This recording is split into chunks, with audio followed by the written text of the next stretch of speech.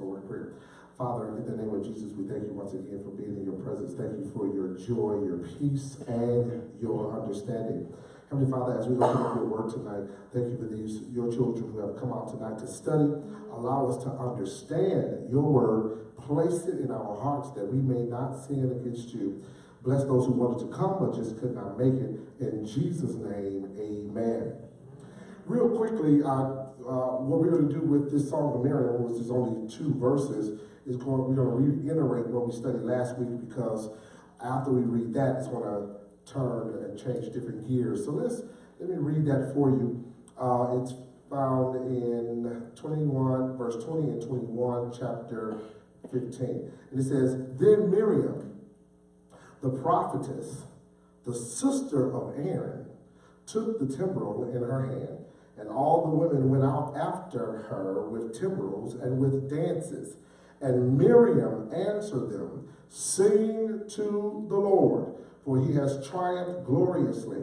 The horse and its rider he has thrown into the sea. Let's stop right there. I just want to piggyback on, because we didn't finish it all. Last week we talked about the Song of Moses. So we talked about praise and worship last week. We talked about chapter 15, verse 1 through 18, or verse 1 through 19 being the first recorded song in the Bible. So if you remember that. And we talked about why they were singing. And we said that they were singing because what? God delivered them. So we said last week that people should be singing in the church. They should be singing because what? God delivered them. That's one reason. There should not be one person in the church that should come to church on Sunday or go to church on Sunday and say, well, I don't want to sing. If you know what God has done for you, and you believe that God has done something for you, guess what you're going to do? You're going to sing. You're going to sing about it. We went through that whole song. Here is another portion, because this is called the Song of Miriam. Not only because the last verses was Moses' song. This song is Miriam's song, but she says the same thing. Look, she says in verse 21, Sing to the Lord. Watch this. Why? For he has triumphed gloriously. Watch this. The horse and its rider he has thrown into the sea. Now, who do you think he's talking about? He's talking about Pharaoh and his army. They were thrown into the Red Sea. So what she is praising God for is deliverance. So once again, if we're going to move on to the next part, just remember, we have something to do what? Praise God for. Because he delivered us. And if when we start reading these next verses, we're really going to see how God will operate in our lives, but we're also going to see how we can soon forget how God has blessed us. So once again, we're piggyback on last week about singing. When you go to church, anytime the song is going forth in the service, we should join in, right? Sometimes people now in services, because they know most services start off with the praise and worship or devotion, if that's what you want to call it. Some people going to skip devotion. I'll show up around 11:45. Devotion should be over with by that time. Praise and worship should be over with. Oh, so you don't want to join in and what? Sing? And you know what? Number one, you don't have to be a vocalist to sing. That's right. Right? You don't have to be a soprano, alto, or tenor. You don't have to have any trained voices. You are singing because what? God had delivered you. And that's why we love congregational songs. That's why we love hymns, because the congregation and people can get involved in that singing. So we're going to move on to the next point. If you want to know, we really talked about that last week. Look at the lesson from last week. It should be on our on our website. And then you can see we extensively talked about praise and worship. But now they switch gears in this next passage of scripture, which starts at verse 22. We are at verse 22 now. And if you want to name this, it's going to be the bitter water made sweet. The bitter water made sweet. What I want to do is I'm going to read these verses. It's really verse 22 through 27, and then let us go back and break them down. Verse 22 through 27 of chapter 15. And it says this, and I'll be reading from the New King James Version. So Moses brought Israel from the Red Sea, and they went out into the wilderness of Shur. And they went 3 days into the wilderness and found no water. And when they came to Marah, they could not drink of the waters of Marah, for they were bitter. Therefore, the name of it was called Marah. And the people murmured against Moses, saying, "What shall we drink?" And he cried unto the Lord, or Yahweh, and the Lord showed him a tree, which when he had cast into the waters were made sweet. There he made for them a statue and an ornament, and there he proved them. You should underline that word proved. He proved them. God proved them. You should underline that word proved. You're going to find out what that means. Verse 26, and said, "If thou wilt diligently," or Moses proved them through God, and he said, "If thou wilt diligently hearken to the voice of the Lord thy God," this is King James Version, yeah, "and wilt do that which is right in his sight, and will give ear to his commandments, and keep all his statutes, I will put none of these diseases upon thee, which I have brought upon the Egyptians. For I am the Lord that healeth thee." Last verse, verse 27. "And they came to Elim, where were 12 wells of water, and 70 palm trees, and they encamped there by the waters." So what do we see here? We're going to talk about this bitter water. Notice what he says in verse 25. We start with verse 22, that it was 3 days into the wilderness. But one of the greatest struggles that we face in life today is trying to keep away from bitterness. So remember, you're going to deal with that word bitterness. What is bitterness? Bitterness is something that doesn't taste so good to you, right? Bitterness is something that rubs you the wrong way. Bitterness is something that doesn't agree with you. And so bitterness doesn't have to just be something you eat, right, physically, or drink. It could be something in your life. You can have something bitter in your family, right? You can have bitterness on your job. So it's something that don't agree with you. It's something that rubs you the wrong way. So a lot of things in life have the potential to make us bitter. Family problems, marriage stresses, rejection, past abuses, loneliness, misunderstanding, conflict, right? Church problems, and the list could go on forever and ever. All of these, if not dealt with, have the potential to create a lot of bitterness in our life. So note, I'm going to give you 5 things, the principles here that certainly teach us what we can do when bitterness shows up. And we're going to use these verses to show you these 5 things. First thing, you can write this down. Great victories are sometimes followed by great problems. Write it down. Great victories are sometimes followed by great problems. That's verse 22. We're going to read verse 22 again. It says, "So Moses brought Israel from the Red Sea, and they went out into the wilderness of Shur.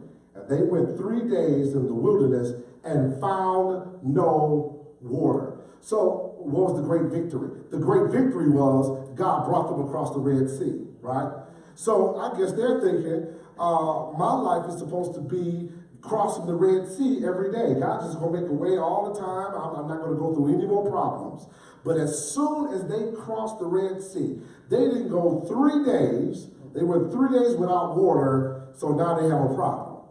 So have you ever had some victories in your life, some great victories in your life, and you turn the corner, and guess what happens? Here comes another problem. You know, there's not going to be a time in your life, and we should really understand this, and I don't know why preachers on television are telling people they shouldn't go through problems if they are a Christian. If you are giving your tithes, you shouldn't be going through no problems. If you go to church faithfully, you should not go through any problems. I don't know where they get that from, because that's not in the Bible.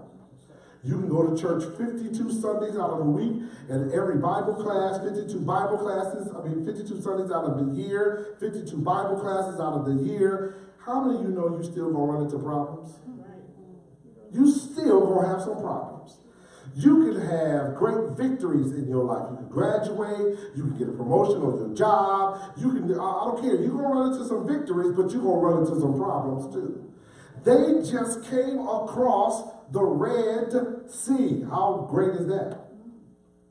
That's the greatest thing that they have ever seen in their life. God brought 2 million people on dry ground across the Red. And as a matter of fact, they were so happy about it. We read in the first part of chapter 15, they sang. And they was rejoicing. And they was jumping up and down. 3 days later, just 3 days. Sometimes it don't even take 3 days for us to stop thinking about God. 3 days later, they are thirsty. 3 days later, they don't have any water. So what he's saying is this. They were just only maybe a few, they was right there by the promised land, and they had difficulty in their journey. We are going to have difficulty. You're going to have some disappointment days.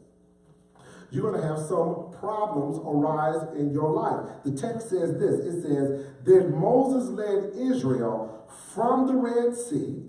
They traveled, watch this, traveled in the desert without finding any water. 3 days. So it only took them 3 days to give up on God. It took them 3 days to murmur and complain about God. Yes? Well, since they were murmuring and complaining, is that why it took them so long to find the water, 3 days to find the water? No, remember, they were following Moses. So they're probably thinking, okay, Moses, we should have found some water by now. It's been 3 days. So after 3 days of walking with Moses in the wilderness, that's when they started complaining. So not only when you have great victories, sometimes it's followed by great problems. Point number 2. Problems as well as victories are part of God's plan. This is something that we don't understand. Right? Let me say that again. Your problems, as well as your victories, are part of God's plan. I say this all the time. I quote Martin Luther King Jr. when he said, we need to tell our children about failure as much as we tell them about success. He said it again. Martin Luther King was preaching. He said, we need to talk to our children about failure as much as success. And he said that to say this. He says, you need to tell your children sometimes they're going to get some doors closed in their faces. You need to tell your children that everybody's not going to like them. But no, that's not how the school system is set up. School system is set up where everybody is a winner. There are no failures. Right? The school system is set up now, some of these sports now, there is no winner or loser. Oh no, we don't need to have any scores in the game because that's going to make the kids feel bad because they see that he got 50 points and he got 2 points. So it's going to make the kid with the 2 point feel bad. So we're not going to have any scores anymore. No, kids need to understand that there are winners in life and there are losers. And we have to understand that. And it's not bad that you lost a game. Maybe that's not your game. You're going to win and you're going to lose sometimes. And people got to understand that. We are not going to be winners all the time. So he says this in verse 23. Look at verse 23. Problems as well as victories are part of God's plan. We don't want to accept that. Watch verse 23. It says this. And when they came to Marah, they could not drink of the waters of Marah, for they were bitter. Therefore, the name of it was called Marah. What does Marah mean? I know you already looked it up. It's a Hebrew word for what? Bitter.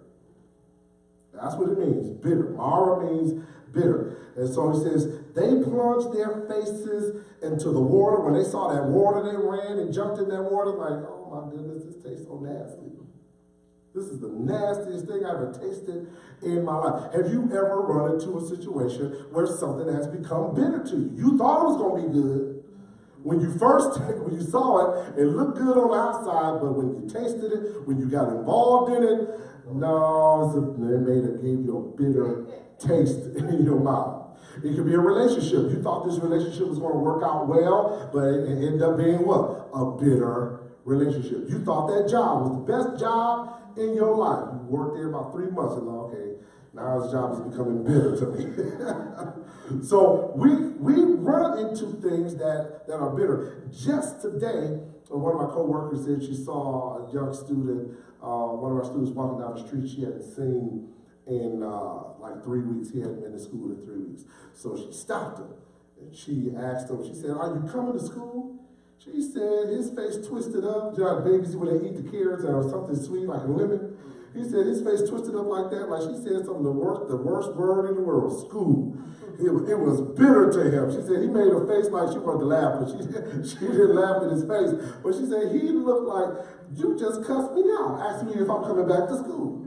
And so I guess sometimes in other people's lives, some things can be bitter to us. Watch this. The water wasn't poisonous. It was just bitter. It didn't kill him. It was just bitter, right?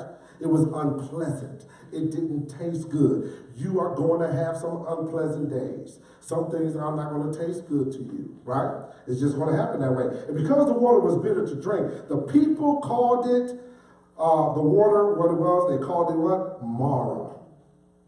Well, when it became apparent that their hopes were for relief from thirst were in vain, guess what they did? They reacted to their past. This is something that we do too. When we run into disappointments, when we run into problems, it seems like we result back to our past. We only can go back to where we thought it was good. And so guess what they started thinking about? They started thinking about Egypt. Had we still been in Egypt, we wouldn't be in this situation. Okay, wait a minute. You were a slave in Egypt. I'd rather be in the desert with no water rather than be in slavery for the rest of my life. But no, they didn't think that. At least I'm going ahead. Watch what they say about Egypt. Watch how they talk good about being a slave all of their lives when we see this. And we do the same thing today, but watch this. Notice that in the space of it was just 3 short days. It only took 3 days to forget about the greatest miracle that they have ever seen, which is God parting that Red Sea. That's why I told you, you hear me say this on Sunday sometime about miracles. Don't be impressed by miracles. Because when people ask for a miracle, really, they're doubting God. When they was asking Jesus, come down off the cross and save yourself, what were they saying? They really didn't think, and they weren't going to believe if he did that. They asked Jesus about all kinds of miracles. Okay, I know you raised the dead, but can you do one better than that? Can you change the stars a little bit? Then I'll believe that you are the Savior. See, no miracle actually satisfies anybody unless they are just doubting that God is real. Because if you really believe God is real, you're going to take him at his word anyway. You don't need a miracle. The greatest miracle is you, that he changed you. That's the greatest miracle you're going to see. Watch this. Only in 3 short days, these people stopped praising God. So notice, not only that great victories are sometimes followed by great problems, and problems as well as victories are a part of God's plan. But point number 3, which is verse 24, when you murmur, you fail the test. Murmur means to complain. Here's point number 3. When you complain, then, when you murmur, when you complain, you fail the test. But I think it was back in verse, let's see, was it verse 24, where he says, prove, I will prove. Let's see, because that's verse 2, that's 24. Look at verse 23. I think it's 23 at the bottom of 23. Let me see. Or is it 22? He said, I will prove you. He said, I want you, yeah. What verse was that? We say he will prove them. I thought it was verse 20. Could be 21. No, that was Mara. 25. Also, we haven't got to it yet. We're going to get to it. But he's going to test them. So look at verse 24. Verse 24 says, and the people murmured against Moses, saying, what shall we drink? They complained. Instead of asking Moses, hey, pray to God, they complained to him, you're the reason why we're here. Have you ever, don't raise your hand, have you ever thought in your life that you blame somebody else for your problems? Your problems are your problems because of somebody else. See, had I been born in that family, I would be in the situation I'm in. Had I experienced this when I was a child, maybe I wouldn't be the person I am today. How come I didn't have a two-parent household? Maybe that's the reason why I am the way I am. So we can murmur and complain about anything that has happened in our past, and then we try to revert back to the past. So we look at our disillusionment and our disappointments, and guess what we try to do that blame game. We point the finger and try to find reasons other than ourselves why we are in these situations. So instead of turning to God in prayer, instead of saying, God, help us find water, what do? They complain. Well, people do it today. If it doesn't go right in most people's lives, guess what they're going to do? They're going to complain about every situation. And we just ran into a situation where, every job has a dress code, right? And we tell our young people at the school, you have a dress code. Of course, young people come to school and they challenge us every day about the dress code. So of course, we got to send some kids home because somebody want to wear this, somebody want to wear that. But you wouldn't think we would have that problem with the staff, did you? You wouldn't think we had that one. We had to send some staff home. They got mad. Now, it's summertime coming up, but the handbook says that we are not to wear sandals or any open-toe shoes until June. So some of the staff people wanted to say, well, it's hot, it's going to be 80 degrees. I was like last week, a couple of weeks ago, and I'm going to wear, sandals. So when the principal saw it, I guess she warned them once. They came in the next day, the same sandals on. And I guess they thought she wasn't going to send them home. She said, go home and change. Some of them didn't come back. And they called in the next day. So you bitter and mad. You want losing out on money, and she's not losing out on anything. That's your paycheck. Isn't that something? Now, to me, the reaction was the same reaction I get out of the kids when I tell them, why did you wear what you wore today? Now, I got to call your mom, I got to call, I got to do this, I got to do that. The kids, they've been out of shape, and they get upset. I see this reaction in grown folks. Guess what? So when we don't want to do what God has called us to do, guess what we do? We come up with some excuses. And then their excuses was, you mean to tell me I can't wear sandals out of all that I do for this school? Oh, but do you do it for free? You get a paycheck each week while you do what you do. So you can't say it's because I'm dealing with these kids and it's so overwhelming, you should allow me to wear, I think I should be able to walk in here whatever I want to wear. No, it doesn't work that way. And it doesn't work that way with God. If God says, we're going to read that verse again in verse 25, that he's going to test us, he's going to prove us, you better believe he's going to do it. And there's nothing that we can do to escape it. We run into tests all the time. And I'm going to talk about that too. Write this chapter down, James 1. Because some people, we're not going to read it now, but we're going to talk about it. And I just want you to write it down first. James 1. James 1, the first few verses talks about how God, how we are tempted, how we are tested. So that's what, now watch this. They go a little further. So we talked about the morals, the bitter, right? Notice that, we saw that. Now, point number 4. Not only do people, when you murmur and complain, you fail the test. Point 4, God brings us into trials, watch this, to teach us great lessons. We used to teach that in the churches a long time ago, that when you go through a trial and a tribulation, it's to teach you something. It's to make you stronger. Y'all remember that teaching? Yeah, when you're going through a trial and tribulation. But then when the 80s came and the prosperity preachers came, they got rid of that teaching by saying, no, God is not going to allow you to be sick. He don't want you to be sick. He don't want you to be broke. No, God's not going to allow you to go through that. And if you're sick and if you're broke, you're doing something wrong. You don't have enough faith in God. That's where that comes from. It comes from them teaching, reverting back to, if you're not prosperous financially, if you're not prosperous physically, something is wrong with your faith, and that's not true.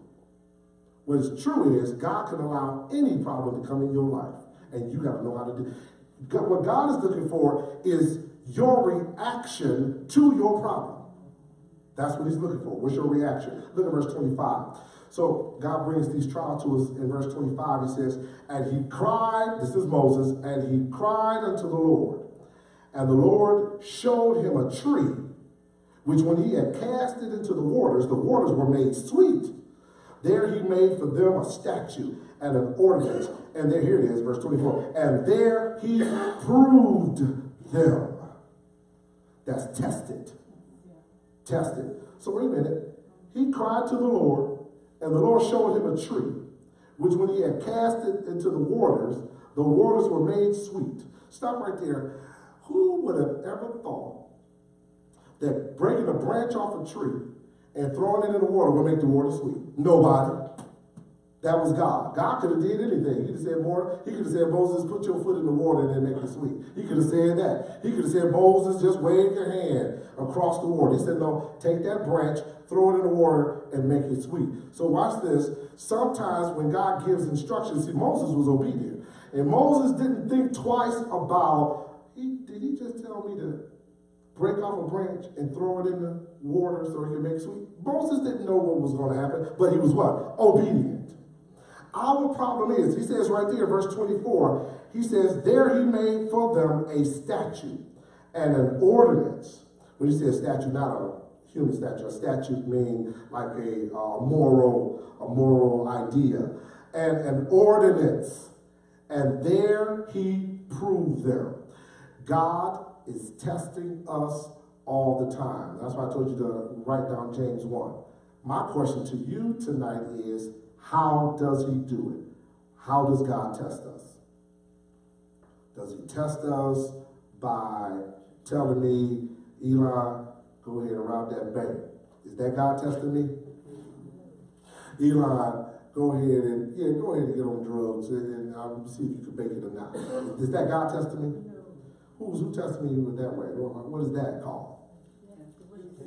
That's the devil, right? Well, James 1 tells you what that is, right? James said, let's go to James 1, because I don't want to misquote James when he says what that kind of test is. Then we got to go back to but don't forget the question, how does God test it? If he don't test me with evil, then how does he test me? It says he gonna prove them. He proved them. He tested them in the wilderness. Now, James says something else about how we are tested as far as the evil side. Let's look at that. Let's look at the evilness of testing. So you get two kinds of tests.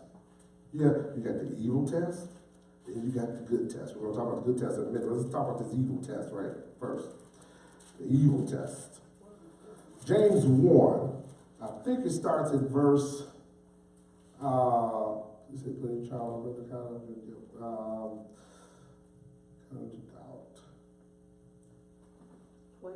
Is it starting at verse 12? Temptation. Yep. Is it it? Yep, there it is. Starting at verse 12. Because the first one I was looking at the count it all joy verses before that. Looking at verse 12, start there. Blessed is the man who endures what? Temptation. Testings. Because that's what temptation means, a test.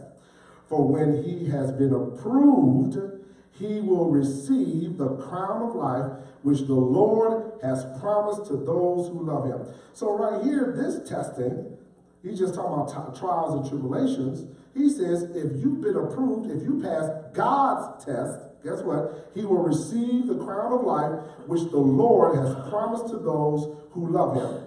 And we're going to talk about what God's test is in a minute. Look at verse 13.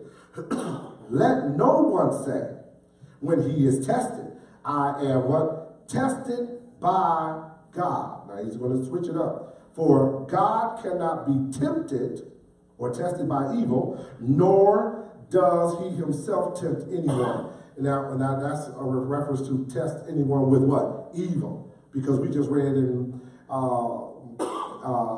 Exodus 15 that he does test. So here he's implying God doesn't test with evil because he can't be tested with evil. Right? But he does test. We're going to go back to that in a minute. Verse 14. But each one is tested or tempted when he is drawn away by his own desires and enticed. Verse 15, then when the desire has conceived, it gives birth to sin, and sin, when it is full grown, brings forth death. Do not be deceived, brethren. Every good gift and every perfect gift is from above and comes down from the Father of lights. You hear what he said? Every good gift. God is not going to try to give you an evil, tell you anything evil to get you to do something right.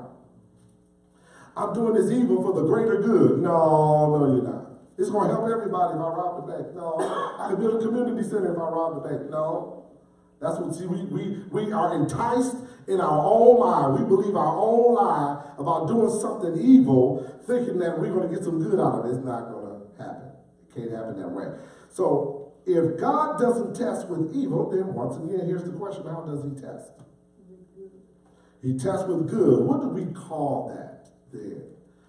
Let's call it something. Let's call that goodness, because God can't test with evil. Let's call it, watch this, obedience. God tests us with what? Obedience. So in other words, he gives you a command, and that's a test. He gives the command, he wants to see if you're going to follow it. That's his test. He's not going to give you a command to do something evil. He's going to give you a command to see if you're going to obey him. Right? Well, somebody said, well, he asked Abraham to kill his son. To sacrifice it. Isn't that evil to kill your son? But remember, I think when we was in Genesis, we talked about that. When he asked him to sacrifice his son, automatically Abraham thought what? Because Hebrews tell you what he thought when God asked him to kill his son. What did Abraham think? Go back. Now, go back before Abraham had any kids. He couldn't have any kids, right? Remember, they were old. He couldn't have any kids. So, God is the one that introduced himself to Abraham. And God is the one that said, I'm going to give you a son. Right? And this is what I'm going to do with your son. Your son is going to be a great nation. Your son, many people are going to be blessed through your son, Abraham. Through your son, all the nations of the earth are going to be blessed. So when God come back a little later, now his son may be 15, maybe could have been 19 years old. Now God comes around and tests him, okay, give me your son. Give him to me. Sacrifice him. The first thing that Abraham thought was what? When God said, give me your son, kill your son for me. Sacrifice him to me. What did he think? That he was going to do what? He's going to bring him back. He thought automatically, you gave me this son. Evidently, if I kill him, God is going to raise him from the dead, because you said through this boy, all the nations shall be heard. God is not a liar. Right? God wouldn't trick me. God wouldn't give me the son to take him away and lie to me. The scripture says in Hebrews, he says, I see, God says, I see what you want me to do for your son. He said, that's all right. That's why he stopped him. He said, Abraham stopped him. It says, now I know that you will obey me, that you will love me, because he saw it. He already saw Abraham's obedience. He says, and what you thought I was going to do for your son, guess what I'm going to do? I'm going to do that for my son. See, that's the whole picture that God was trying to get. When God tells us in his word, anything in his word, that's why I tell you, we really should be going by the word of God, not by what preachers say if they don't base it off the word. What does the word of God say about commandments? What does God's word say about life? What does God's word say about your finances? What does God's word say about your marriage, about your children? And whatever he says, that's the test. Will you obey it, or will you just, well, I don't believe that. No, he ain't coming back. So you believe Mary, you believe that a woman, a virgin, had a baby, but you don't believe he's coming back again. You believe that Jesus rose from the dead, but you don't believe when God said you should have just one wife and not 3 or 4. We don't believe that. So we pick and choose what we want to obey, or that's the test. Remember, the test is obeying God. Jesus said this, if you love me, if you really love me, you're going to do what? Keep my commandments. And the commandment, Jesus wrapped up all the commandments with one. Love your neighbor as you love yourself. That's all you got to do. We think, my pants got to be this short. Okay, God don't want me with this hair length. I can't wear blue hair. He don't want me to wear cotton. No, I'm obeying God because I don't have no tattoos. I'm obeying God because I got to eat this. I got to eat that. No, that's not the commandments he's talking about. Because y'all stuck in the Old Testament. We don't wait till we get to Leviticus.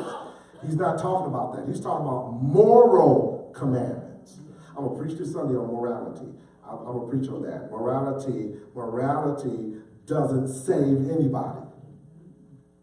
You got people who want to be moral, but they're still going to hell. How can you be moral and go to hell? How is it that you don't cheat on your wife, but you're going to hell? You raise your kids, you're going to hell. You put them in college, but you're still going to hell. You don't smoke, you don't drink, you don't cuss, but you're going to hell. You don't treat anybody wrong, but you're still going to hell. You actually go to church every Sunday, but you're still going to hell. You pay your tithes, but you're still going to hell. You never had any accidents, you never been arrested, you never took any drugs, but you're still going to hell. How is that? That's morality. This is how, because they thought those things will make them get into heaven, and God said, all I wanted was your heart. So people thought that if I just do certain things, it's going to get me into heaven. That's the problem with Islam. Islam says that if you, I was listening to a radio show today, they were talking about it, they believe that if they commit this jihad, if they make this total sacrifice to their God Allah, that he's going to let them into paradise. So if they kill for him, if they actually believe that that's their way to paradise. We don't believe that. We say in Christianity that there's nothing that we could do personally to get ourselves into heaven. Is all based on what somebody else already did. So I'm really holding on to the coattail of Jesus to get into heaven. Because my goodness ain't good enough. It just ain't good enough. It will never be good enough. I'm never ever good enough to get into heaven. I'm actually getting into heaven. You know, people are talking about I'm his guest to get into certain things. I'm Jesus' guest into heaven. He actually shed his blood so I can be a guest and become, and watch this, God says, not only am I going to make you a guest, I'm going to change you from the guest status into a son status. Because my son, his blood is on your life, so now you become my son and my daughter. Now, that's something now you can understand and I can't understand it. Why would God love me so much, as sinful as we are, he loves us so much and will let us into heaven based on his son, based on our faith in his son. It's not based on your works. It's not based on how much money you gave. It's not based on how many times you go to church. It's based on your faith in Jesus Christ. That's how we get to heaven. Why is that such a hard thing to understand? Why is churches so caught up into tradition and to clothing and to buildings and why is it that we can't get this message out that all you have to do is accept Jesus in your life and you're saved? And why is it that we're running people, now I'm not talking about church people, unsaved people further away? Is it because we want to be moral instead of obeying God's word? And this is their problem. This is their problem. It says here, God brings us, that point number 4, God brings us into trials in order to teach us great lessons. He said he's going to test you. You're going to be tested. And guess how God tests you? With your problems. He wants to see your reaction to your problem. Are you going to call on him or are you going to run back to the devil? Are you going to call on him or are you going to run back to Egypt? Man, I had it good in Egypt. At least we ate. You're going to hear what they said. This is amazing. I think people say the same thing today. Watch with verse 26. They said, if thou wilt diligently hearken to the voice of the Lord thy God, and will do that which is right in his sight, and will give ear, watch this, to his commandments, and keep all his statutes, his commandments, I will put none of these diseases upon thee, which I have brought upon the Egyptians, for I am the Lord that healeth thee. So God says this. He's talking to Israel. Listen, if you follow my commandments, if you do what I ask you to do, if you just obey me, then you won't run. The diseases that happened to Egypt won't happen to you. But you know what happened, right? You already know what's going to happen. they're not going to obey him. And guess what's going to happen to them? The diseases are going to come. You know, we are our worst problems. We actually accept diseases that we really don't have to have. Did you know that? People still don't know where sexually transmitted diseases come from. They really don't know. They don't even know how they got started. But they still do the actions to get them. And people, we got all this information now. We got information about syphilis. We got information about this. We got people still, I'm going to do what I want to do. I'm grown. That's what kids tell me at the school. I'm grown. Okay, you grown, and I'm trying to give you information to keep you out of trouble, but you so grown, you 18, and you grown, or 17, 16, it don't matter. They start at 16. They so grown that they don't even know how to live their life. And they run into all these situations, catching these diseases. But you can stay away from diseases. You can. He says right here, stay away, just obey me. If you do it my way, if you wait till you get married, oh, see, I lost already, Lord. You already lost me there. I'm gone then. Wait till I get married. Then you can stay away from some diseases. Abstinence. We don't preach abstinence anymore. Schools don't preach abstinence. No. The schools preach prevention. You know, we got some preventative methods just in case you fall. If you decide to go into this particular lifestyle, do this and do that. And they still won't even do that. My thing is, even with the preventative methods that we teach in the schools, they still won't even do the preventative methods. So abstinence is just something that they think is way beyond their range. But we're no different than the Israelites. They didn't listen to God, right? They didn't. And God says he's going to prove us. We will be tested. Watch this. He goes a little further because the word healeth there means to mend, means to fix. So when we find in our lives, and this is where we're going to understand this, when we find in our lives we have bitterness, because that's what that water represented, because of our circumstances. If we will go to the Lord for help, guess what he'll do? He'll fix that bitterness. He does not always do it the same way. You know God does it differently every single time. Number one, he may change your circumstances and remove the cause of the bitterness. He could do that. It may be, however, that he adds a new ingredient, as he did at the well of Marah. See, you don't know how God gonna fix your situation, but all you need to know is he can do it. They said, God, I don't know how you're gonna get me out of this one, but I believe you can. I am in this trouble. I am in this situation. And the way God delivered you in 2005 and 2010 may not be the way he's gonna deliver you in 2017, but he will deliver you. Don't think he's going to do it the same way all the time. And so because you don't see it happening like you saw it happening in 2005, you think he's not there. But he may come around a whole other different way, a whole different method, and had you just wait on him just a little while longer, your answer would have been right there. That's the problem I think with Christians today. We don't want to wait. We don't want to have that patience with God and his way. Watch this. Psalm says, write this down, Psalms 30 and 5, as the psalmist discovered in his own life and recorded this for us. He said this, for his anger endureth but for a moment. And his favor is life. Weeping may endure for a night, but what? But joy comes in the morning. How many times have we quoted that verse? And how many times do we really understand it? Weeping may endure for a night. Your problems only endure for a night. Joy comes in the morning. Meaning this, you can look at it two ways. We use it a lot at funerals. We use that verse a lot at funerals. But really, you should be using that verse in your life, because the weeping is you weeping over your problems every day. But when he says joy comes in the morning, the joy that comes in the morning is what? Is when God delivers you from that problem. That's the joy that comes in the morning. And we always refer to my joy comes when I get to heaven. Okay, that's fine. But how many of you know God gonna give you some victories down here too? That's your ultimate victory. But you're gonna win some victories down here, and you're gonna lose some, and you're gonna lose some battles as well. But remember, your ultimate victory is heaven. But don't think that God won't deliver you because you live a Christian life. He will do it. It's all up to his will. It's up to him. The last one for this is point number 5, verse 27. The last one is this. Write it down. When God is finished with the test, he takes us back to a place of blessedness.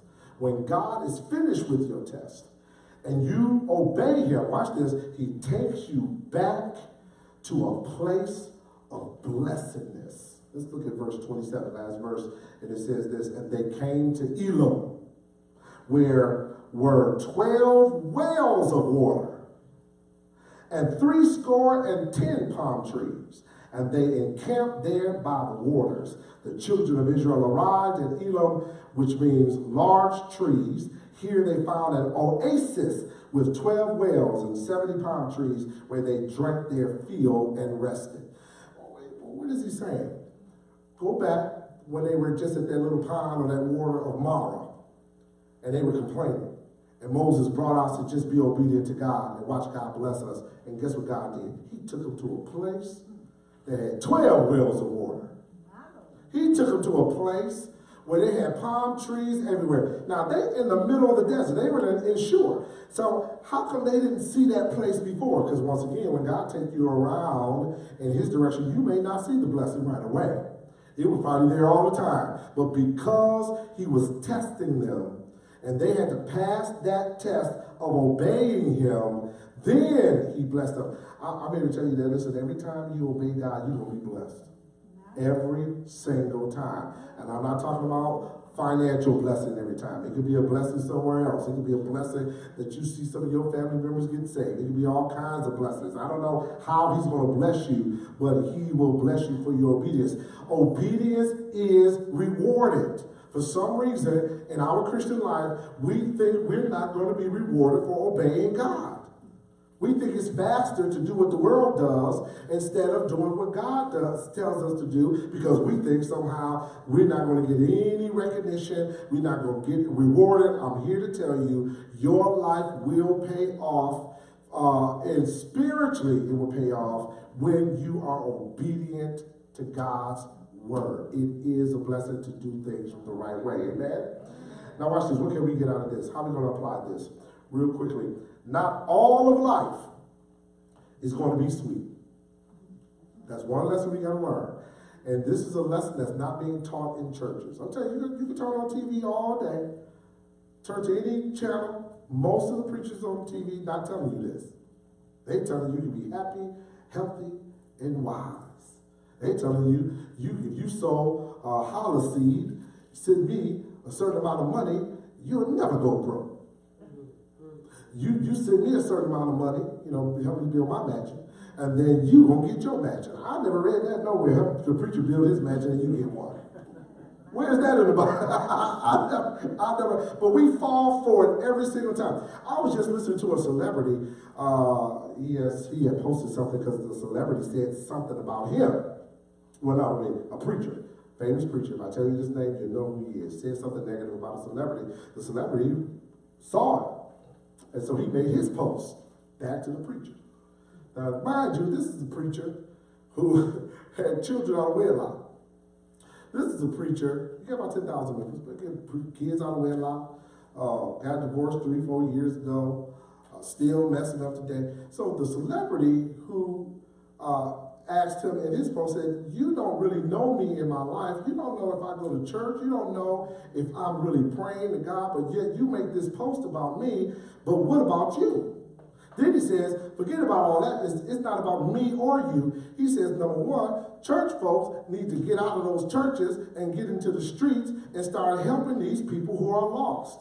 Because it seems like we get caught up into our religion more so than we get caught up into what? Winning souls. And he was really right.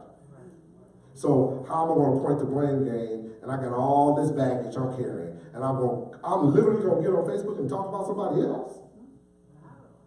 That's not right. You can't do that. But people do it. I'm telling you, they do it. Here's the point number 2. Rather than complaining in our lives, we must go to God with our needs and seek his provision, right? So, number 1, life is not going to be sweet all the time. Number 2, don't complain, go to God. And number 3, God not only gave them relief, environment, but he gave them what? Rest. God won't give us rest. I always tell people this all the time. You should look at your Christian life as this. We on this earth as Christians, we are in a fight. We are in a spiritual fight. And we're not going to be done until Jesus Christ comes. That's when we're going to get done. So somebody said, when you going to rest? I'll rest when I'm dead. That's when I'm going to rest. When I'm laying up here, that's when I'm not going to stop until he take me on. Because this fight is a fight that I got to keep fighting until he take me on. We can't give up. We can never say, I can never say in any age, if the Lord allow me to be 70 or 80 or allow me to retire from somewhere, I can never say, oh, now I can enjoy my life. No. When can we ever say that? When all of the things, just think about what's going on around the world. When can you ever really relax in yourself and say, oh, this is the best life I've ever had, when people are being murdered and killed every day? I can never be happy until Jesus fixes it all. I can never rest until he come back and set up his kingdom on this planet. So that's why I'm fighting. I'm fighting when I know that people are dying and going to hell every day. I got to fight. I could never sit on the beach and talk about, yeah, this is so nice. Woo, I'll just take away from the world, get the world off my mind. I can never get the world off my mind. I can never get souls off my mind. I can never stop thinking about people who don't want to live for Christ, who don't want to get saved, because I know what their future holds. So my job as a Christian is to say, what can I do? My mind is always going, what can I do? What can I say to spark something in somebody else to say, yeah, I need Jesus in my life. That's the goal. That's our goal. That's what we want to do. We may not be the biggest church, and that's not our goal. Our goal is not to be the biggest church. Our goal is not to be a well-known church. Our goal is to do what? Do what God called us to do. And that is to win souls. That's the main goal. Any questions or comments about verse 15? I want you next week read chapter 16. Now you know what chapter 16 is about. Chapter 16 is about manna. Y'all remember manna. This is when they first get the manna. So read chapter 16, because we're going to go through the manna when they get the quail and the manna. And so we talked about bitterness this week, and we talked about complaining this week. Guess we're going to continue with this bitterness and complaining from them even next week when God gives them manna. Any questions about chapter 15? Yes? I just want to bring up again when you were talking about the miracles and doubting God. Would you say that again? The miracle, you were speaking on miracles and doubting God. Yeah. Now, with the miracles, what I'm saying is we cannot, miracles are not the acid test that somebody really believes in God. The more people ask for miracles and not accept God, that should be a test to you that they don't want to know God. That's an excuse. See, I don't go to church because y'all don't do the miracles that I need to see to accept Jesus. Well, I'll believe in Jesus if you do this. I'll believe in Jesus if y'all church do that. No. Jesus, remember, they asked Jesus for miracle after miracle after miracle. I'm going to preach on this Sunday. Jesus said this, okay, let me tell y'all this one more time. I'm going to give you one miracle. When you see the Son of Man get up out of that grave and on the third day, that's the greatest miracle you're going to ever see. I'm not doing any miracles that you want me to do just for you to say, give me another. Because you're really only saying that out of doubt. You're not saying that if I do it that you're going to believe in me. You're only saying it because you don't believe anyway. So we shouldn't be impressed. We should not be impressed off television or anybody that says that they saw a miracle.